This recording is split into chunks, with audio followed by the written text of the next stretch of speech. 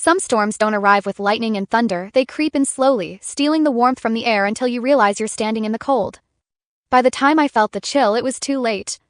My father-in-law had already started shaping the world around me into a place I no longer recognized. My name is Elena Matthews, and I was 29 years old when I learned that family loyalty can be a dangerous illusion. I had married David, a man I truly believed loved me beyond question. We'd been together for 4 years before marrying, and though life wasn't perfect, I thought our foundation was solid. We shared dreams, laughed easily, and leaned on each other when things got hard. But I hadn't accounted for Richard Matthews, David's father. Richard was a man who saw the world as a chessboard, and everyone around him as pieces to move for his own gain. He'd built a reputation as a successful businessman, the kind who could shake hands with a stranger and own part of their soul by dessert. To outsiders, he was charming, generous, well-connected. Inside the family, his charm was a weapon, and generosity always came with invisible strings. From the beginning, I knew he didn't like me. He never said it outright.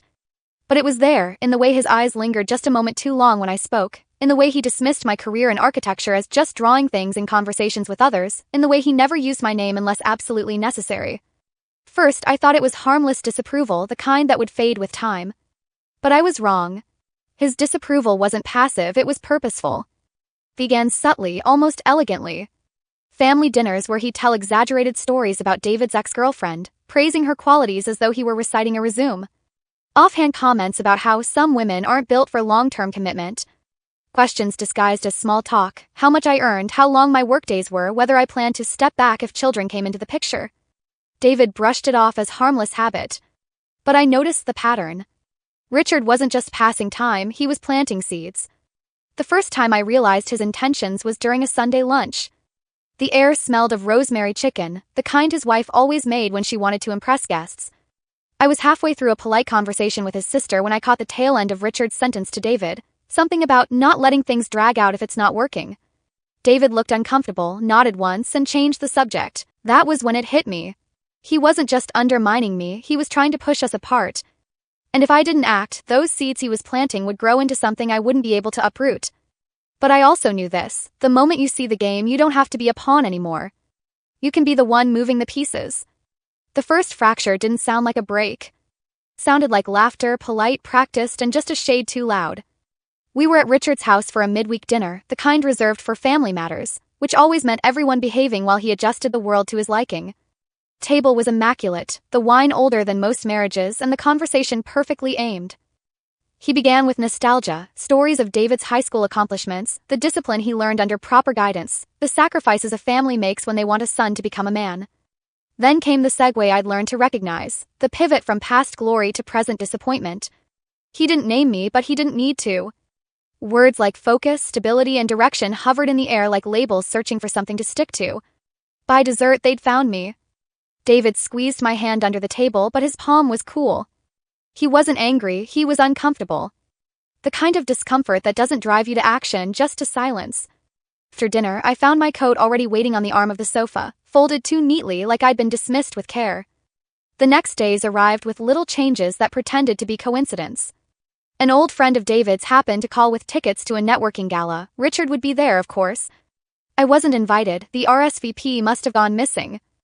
David went alone and came home with a new contact, a banker who knew a developer who might be perfect for David's next phase. The way he said phase made my ribs feel too tight, as if our life together had been suddenly renamed a temporary arrangement. I didn't make a scene. I made tea. I set the cup in front of him and listened. He talked in circles, the way people do when they're trying to convince themselves their thoughts are not borrowed. I kissed his temple, told him to sleep, and lay awake beside him mapping the terrain of the war I hadn't chosen. Richard escalated softly.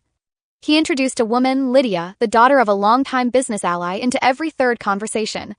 She was, by all accounts, perfectly agreeable.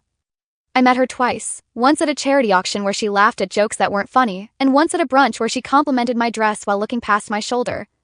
She was not malicious. She was convenient. The kind of person men like Richard use as proof that they're only trying to help. Rumors followed, as they do, carried by people who don't realize how heavy gossip is until it breaks something they can't fix.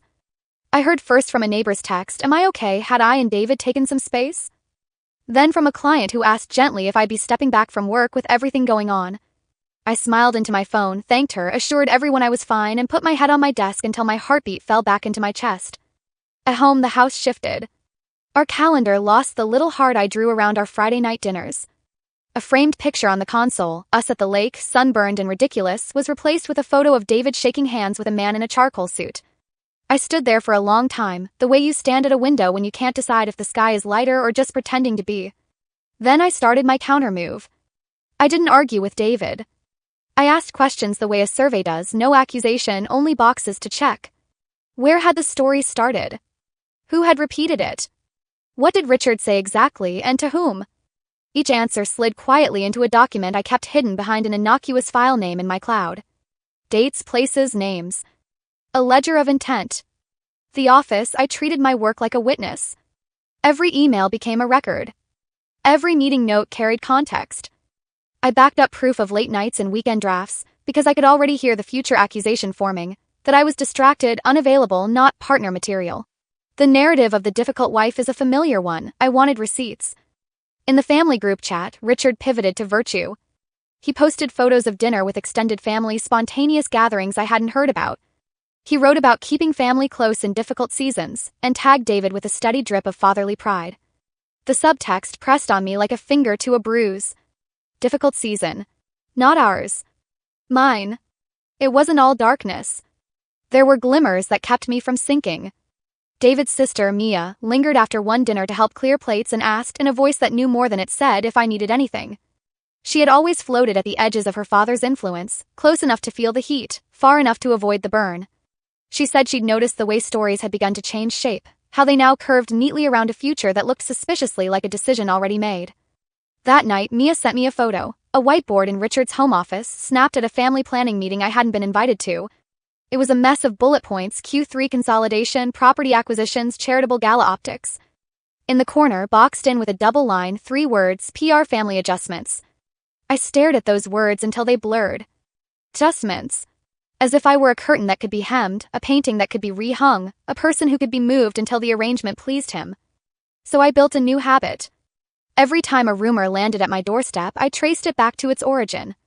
Every time a story placed me at the center of the problem, I asked for specifics until specifics ran out.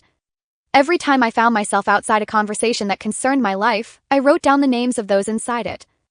I wasn't preparing for a confrontation in a hallway or a screaming match over dinner. I was preparing for a table. A big one. The kind with glasses that sing when touched, the kind where the entire family gathers for announcements. If Richard wanted an audience, I would give him one. But he would not be the narrator. By the end of that month, I had something close to a map, timestamps of calls Richard made before the rumors appeared, a calendar of chance encounters, and a list of phrases he repeated until they sounded like fact. I also had something else, a quiet knowledge that David was not the villain in my story. He was a son pulled by the gravity of a man who had never learned the difference between guidance and control. I watched him sleep, the soft light cutting his profile into something almost boyish, and I felt the ache of what we were losing. But sorrow is not the same as surrender. I kissed his forehead, turned off the lamp, and lay awake rehearsing the truth I would one day speak where it could not be ignored. Hairline cracks had appeared. I didn't need to smash anything. I only needed to let the light in. Richard's influence was like humidity, it seeped into everything without being seen, until the air was heavy enough to make you tired without knowing why. By the time I realized how far it had spread, the ground beneath my marriage was soft in places I'd once thought were stone. His next moves weren't loud, but they were sharper. The invitations that excluded me became more frequent. David was pulled into more just-us dinners with his parents, always framed as important catch-ups. When I asked how they went, his answers were brief, distracted. I could hear the echo of Richard's voice in them, the cadence of a man who measures conversations in influence gained. The real shift came when money entered the picture. David mentioned, almost in passing, that his father had offered to help us with a new investment property. Paper, it sounded generous. In reality, I knew it would be an anchor with Richard's name engraved on it. Property was in a neighborhood close to one of Richard's developments, and the deal was tangled in his network of business associates. Accepting it would mean owing him more than money, it would mean stepping into his ledger of obligations. I told David we should think about it. He agreed too easily, which made me uneasy. At the same time, the whispers were growing bolder. One afternoon at the market, I ran into a distant cousin of David's. She leaned in with the conspiratorial softness people use when they believe they're being kind. She said she was sorry to hear things weren't working out between us, that Richard had mentioned we were trying to figure out our future separately. I smiled, thanked her, and walked away before my grip on the shopping basket bent the handle. That night, I didn't confront David. Instead, I asked how his lunch with his father had gone. He shrugged, said it was fine, then turned the question back to me. I studied his face while I answered. He didn't flinch, didn't avoid my eyes. Whatever Richard had told others, he hadn't yet said directly to his son. That told me two things. Richard was still in the persuasion stage and I still had time. Turning point that month came through Mia again. She sent me a screenshot of a group text between Richard, his wife, and a few extended family members. It was about hosting a private family meeting to discuss David's next steps. My name wasn't mentioned. Didn't need to be. I understood what was coming. Richard wanted the divorce idea to be born in that room, not as his command but as the logical conclusion the family would come to together. By the time David heard it, it would feel like a consensus, not manipulation. That night, I sat at my desk with my growing folder of proof. I looked at every note, every date, every screenshot. Pattern was undeniable. He was closing in. But here's the thing about cages. Before you lock someone inside, you have to open the door wide enough to push them through. And if you time it right, that open door becomes your escape route. I wasn't just going to walk out. I was going to hold that door open long enough for everyone to see who had built it in the first place. Text arrived on a Wednesday evening, just as I was closing my laptop. Came from David's mother, polite and perfumed with the kind of formality that tries to mask intent. She said the family was hosting a dinner that Saturday, just the close ones, to talk about some important matters. I stared at the words until they blurred. Important matters was Richard's code for decisions already made. And just the close ones was his way of making sure only the voices he could control were in the room. The fact that the invitation had come to me directly was unusual, which meant only one thing. He wanted me there. Not as a participant, no, as the subject. David thought nothing of it. He assumed it was a casual catch-up, maybe about the upcoming holiday or some real estate news. His faith in his father's good intentions was stubborn, and I didn't fault him for it. I had learned long ago that Richard's genius wasn't just in controlling narratives, it was in making people feel like they'd written them themselves. The next 2 days I prepared quietly. I revisited my file of evidence, making sure each piece was backed up twice, one copy on a secure drive, another printed and tucked into a plain folder. It wasn't that I planned to dump it all on the table, it was that I needed to know I could if the moment called for it. I also made a list, not of accusations but of questions. Sharp, precise questions that would require Richard to answer in front of witnesses. Questions that would turn his own performance into a spotlight he couldn't step out of. Saturday arrived with the kind of crisp autumn air that makes everything look cleaner than it is. We drove to the Matthews estate in silence, David humming faintly under his breath, unaware of the stage we were walking onto. Inside, the dining room gleamed. The long table was set with crystal and silver, the overhead chandelier casting a warm glow that did nothing to soften the chill beneath it. Around the table sat the close ones, Richard at the head, his wife to his right, Mia across from her, and 3 of David's uncles, all men who owed Richard more favors than they could repay. As we took our seats, I felt the choreography begin. Richard opened with pleasantries, moved into a toast about family unity, then started weaving the thread he'd been spinning for months. He talked about challenges, about different paths, about the importance of making choices before small problems become big ones. He looked at David as he said it, but every pause in his sentences landed on me. I didn't interrupt. Not yet. I let him talk, let the uncles nod, let the weight of his words settle over the table. It was like watching someone build a house of cards, steady, careful, certain it would stand. When he finally stopped, waiting for someone to agree, I smiled, not wide but enough to catch the light. And then I asked my first question. It wasn't about marriage. It wasn't even about us. It was about the property deal he'd offered David, the one tied to his own business interests.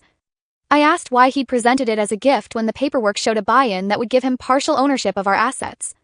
The silence was immediate. Richard recovered quickly, but I saw it, the flicker in his eyes, the half-second it took to shift gears. And I knew then that the house of cards wasn't as steady as he thought. I wasn't going to knock it over in one blow. I was going to pull, one card at a time, until he collapsed in front of the very people he'd invited to watch me fall. The chandelier's glow suddenly felt sharper, as if the light itself had joined the silence. Richard smiled in that slow, deliberate way people do when they're buying time. He spoke about protecting family interests, about opportunities best handled by experienced hands. The words were warm, but their shape was steel. I didn't let the moment drift. My second question came like a stone tossed into still water. I asked how many other family opportunities in the past year had quietly shifted ownership into his company's name. I didn't name the properties, but I didn't need to. Mia's eyes widened just enough to tell me she understood. One of the uncles cleared his throat. It was the sound of discomfort, not defense. Another adjusted his napkin, suddenly very interested in the crease. Richard answered, of course. He always answered. But the way he did it, slower, more careful, wasn't the way of a man fully in control. He framed his responses as guidance, as if he were a father offering wisdom to children too naive to see the bigger picture. But his tone carried a faint edge now, a signal that he felt the ground shifting. David stayed silent beside me, caught between loyalty to his father and the weight of the questions I was raising. His hand rested on the table, fingers twitching slightly, a tell I'd learned to recognize as unease. I waited until Richard finished another carefully packaged explanation, then asked the question I knew would splinter the performance. I asked why he'd spoken to extended family members about David's next chapter without including either of us in the conversation. I phrased it gently, almost innocently, as though I were simply confused by the oversight. This time he paused. The uncles looked at one another. Richard's wife shifted in her seat, her lips pressing into a thin line. Even Mia's usually guarded face betrayed something close to satisfaction. He tried to recover, leaning on the language of concern, how he was only trying to prepare for what might be best for everyone. But in that moment, the picture he'd been painting of himself as the benevolent patriarch began to smudge. The conversation that followed wasn't the one he'd planned. Questions came from others now, small, hesitant, but enough to make him deflect more than he answered. Every careful brick he'd laid over the past months began to loosen, not because I tore them down, but because the people he relied on to stay silent were now looking closer. I sat back, letting the table turn on its own. Richard was still speaking, but the rhythm was gone. His sentences shortened. His gaze landed on me more often, sharper each time. He had set this stage for my undoing. But by the time dessert arrived, it was his story, not mine, that was starting to crumble in front of the whole family. By the time the dessert plates were set down, delicate porcelain holding slices of lemon tart, the atmosphere at the table had shifted. Polished warmth Richard always commanded had thinned, replaced by something brittle. He tried to regain control by shifting the conversation to safer ground, updates on his business ventures, a few flattering stories about the uncles, even a gentle joke about Mia's independent streak. But I'd seen enough negotiations to recognize when someone was talking to buy time. I didn't rush. I let the clinking of cutlery fill the gaps, waited until his voice settled back into its usual measured rhythm. And then I leaned forward, resting my hands lightly on the table. I asked why, if his intentions were purely protective, there had been so many private meetings about my marriage in rooms I wasn't invited into. The silence after was longer this time. Mia's gaze stayed fixed on her fork. One of the uncles coughed quietly into his napkin. Even David shifted, his chair scraping slightly against the floor. Richard started to answer, but the veneer of patience was gone. His voice carried the faintest edge now, the sharp tone of a man used to obedience. He spoke of responsibility, of foresight, of addressing issues before they grow. It was the opening I'd been waiting for. I asked in front of everyone what those issues were exactly. I wanted him to say them out loud, to put the supposed cracks in my marriage into words where the whole family could measure them for themselves. For a heartbeat, he hesitated. And in that moment, the fragility of his performance was laid bare. If he named anything trivial, it would seem petty. If he named anything untrue, I could dismantle it with facts. He was trapped between needing to defend his actions and knowing that defending them might expose the manipulation behind them. He settled on vague generalities, conflicting priorities, lifestyle differences, concerns about long-term compatibility.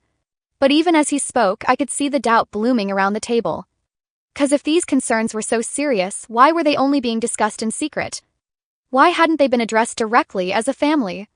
David spoke then, not loudly, but with a firmness I hadn't heard from him in weeks. He asked his father when exactly these concerns had started. He asked why he was only hearing about them now, at a dinner that was supposed to be about important matters. It was subtle, but Richard flinched. Just slightly. The same way a chess player does when they realize they've underestimated their opponent's position. I didn't press further. I didn't need to. The doubt was in the air now, not just around Richard's words but around his motives. By the end of the evening I could see it in their faces, the uncles, Mia, even David's mother. They hadn't turned on him, not yet, but the unspoken trust that kept his version of events unchallenged was beginning to fracture. And once a crack appears, it only takes the right pressure to break it wide open. The morning after the dinner, I woke with a strange calm. Not relief, not yet, but the steady awareness that the shift I'd been waiting for had begun. Richard's grip on the family narrative had loosened, even if only by a fraction. And in families like this, fractions grow quickly once doubt creeps in. I knew I couldn't push too hard. If I confronted him directly, he'd frame it as proof that I was defensive, unstable, causing tension. No, this had to be the kind of pressure that seemed harmless until it was already reshaping the room. My first move was with Mia. I invited her for coffee under the pretense of discussing a design project she'd been considering for her apartment. We chatted about color palettes and furniture placement until the conversation drifted naturally to the dinner. She admitted she'd noticed the way her father danced around specifics, and she'd heard him speak about David's next steps weeks before the dinner ever happened. I didn't accuse. I simply asked her what she thought he meant. She hesitated, and that hesitation told me everything. She didn't fully believe his reasons, but she hadn't yet given herself permission to question them out loud. By the end of the coffee, she agreed that the next time Richard brought up my marriage, she'd ask her own questions, pointed ones, in front of others. The second move came 2 days later during a phone call with David's mother. I asked her, in the most neutral tone I could muster, if she knew about the investment property Richard had offered us. I mentioned the buy-in clause without accusing him of anything, framing it as confusion on my part. Her pause on the other end of the line was telling. She knew nothing about the clause. I could almost hear her mind working, wondering why she'd been left out of a financial decision that involved her son. I didn't need to say more. Doubt, once planted, doesn't need constant watering, it grows in silence. My third move came through David himself. One evening, I asked if he could help me with a small home project, a shelving unit in the study. While we worked, I asked him if he'd noticed that every family conversation about our future seemed to happen when I wasn't in the room. He started to deny it, then stopped. Quiet that followed wasn't awkward. It was thoughtful. I could feel the question forming in his mind. If these concerns were real, why hadn't they been addressed with both of us present? By the end of that week, I'd done nothing dramatic, no accusations, no emotional outbursts. Yet the shift was unmistakable. I could feel it in the way conversations slowed when Richard's name came up, in the sidelong glances between family members when certain topics were mentioned. Richard hadn't been exposed yet. But the room he controlled so effortlessly now had people looking in corners he'd always kept in shadow. And I was about to open those corners wide, at the exact moment he thought he was winning. Richard's next move came quicker than I expected. It was a Saturday morning when David told me his father had invited us over for a follow-up conversation with the family. No occasion, no agenda, just a casual get-together. I didn't need the details to know what it really was. This would be his attempt to close the deal, to corner me while the walls of expectation closed in. When we arrived, the house was already buzzing. The uncles were there, drinks in hand. Mia sat on the sofa, phone in her lap but her eyes sharply attentive. David's mother was in the kitchen, setting out small plates of appetizers with the kind of brisk efficiency people use when they want to keep busy and avoid hearing something they can't unhear. Richard greeted us with his usual warmth, smiling without showing teeth. He waited until everyone had settled, then took his seat at the head of the room, leaning forward with his elbows on his knees like a man about to deliver news for everyone's benefit. He began with a performance of concern. He talked about how difficult marriage could be, about the bravery it took to make hard decisions. He framed it as protection for David, for me, for the family's stability. His voice was slow, measured, the way a lawyer reads a closing argument. But this time, the room wasn't entirely his. When he hinted that some couples needed to step back and reevaluate before things became irreparable, Mia spoke up. Calmly, directly, she asked if he was talking about us. And if so, why had he been discussing it with others before bringing it to us? The silence that followed was heavier than any I'd heard in that house. Richard tried to laugh it off, but the shift was visible. The uncles glanced between each other, clearly aware now that this conversation wasn't as unanimous as he'd made it seem. David's mother, still standing with a tray of plates, froze just long enough to make her own doubt obvious. I didn't wait for him to recover. I leaned forward and asked, with the same steady tone, if the rumors that had been circling about my supposed plans to leave had come from him. I reminded the room that those rumors had reached me from multiple sources all connected to this family. I didn't accuse. I just let the question hang. Pause was telling. Richard gave an answer, but it wasn't sharp or confident. It was vague, too vague for a man who prided himself on control. He spoke about misunderstandings, about people reading into things, but by now everyone could feel the cracks in his authority. David didn't say much, but I noticed his posture, no longer leaning toward his father but sitting back, arms crossed, watching. The meeting ended without the resolution Richard had planned. There was no public agreement to separate, no wave of support for his narrative. Instead, there was an uneasy quiet, the kind that follows when people start realizing the story they've been told might not be the truth. And for the first time, I saw it in his eyes, uncertainty. The man who had orchestrated this entire campaign now had to wonder if his audience was slipping away. The chance to turn everything came sooner than I thought. Only a week after that tense follow-up conversation, Richard's birthday dinner was announced, a large family gathering with every branch invited. It was the perfect stage for him. Surrounded by his loyal network, with wine flowing and plates full, he could try one last time to frame the narrative his way. What he didn't know was that I had been waiting for a moment exactly like this. The dining room was packed that night. The long table gleamed under the soft light of the chandeliers, each place setting perfect down to the folded linen napkins. Richard sat at the head, the king in his court, smiling as though nothing at all had shifted these past few weeks. Dinner moved along in waves of conversation and clinking silverware.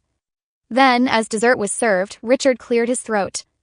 His voice rose just enough to draw the room's attention, and his opening words were laced with the practiced sincerity I'd heard 100 times. He spoke about family unity, about protecting those we love, about hard decisions that needed to be made before small problems grew into bigger ones. The implication was obvious. And this time, I didn't let him finish. I leaned forward, resting my elbows lightly on the table, my tone even. I thanked him for caring about the family's stability. Then I asked if everyone in the room knew about the investment property deal he had offered David, specifically the clause that gave him partial control over our assets. The ripple was immediate. Chairs shifted. Forks stilled. Mia looked directly at me, her eyes sharp with recognition. Before he could brush it off, I followed with another question. Why had so many people here heard rumors about my supposed intention to leave David when I had never once said it? I let the silence stretch, let people turn toward him for the answer. Richard tried to pivot, but every attempt sounded more defensive than the last. I could see the uncles exchange glances, the doubts settling in deeper. I kept my tone calm, almost curious, as I asked one final question. Why had so many of these concerns been discussed behind closed doors without David or me present if they were truly for our benefit? By now, the room was watching him, not me. Cracks that had begun at that first dinner were wide open, and the polished image he'd built was starting to crumble in plain sight. His responses were shorter, less steady. The authority in his voice had thinned to something almost brittle. David spoke then, his voice low but cutting through the silence. He said that if anyone had concerns about our marriage, they should be brought directly to us, not filtered through whispers or private meetings. His words landed like a closing statement, final and unarguable. Richard sat back, his smile gone, his hands resting too still on the table. The room didn't turn on him outright, but the shift was undeniable. The loyalty he had counted on was now clouded with hesitation, and hesitation is the death of control. In the days after Richard's birthday dinner, the silence from him was telling. No sudden invitations. No urgent family meetings. No casual drop-ins at our house. The man who had orchestrated months of subtle sabotage had retreated, and for the first time the air in our home felt still. It wasn't victory in the loud, celebratory sense. There were no public declarations, no one rushing to my side with apologies. But something more important had happened. His grip on the family's perception had slipped, and I'd seen it in their eyes. Once people see the man behind the curtain, they never look at the performance the same way again.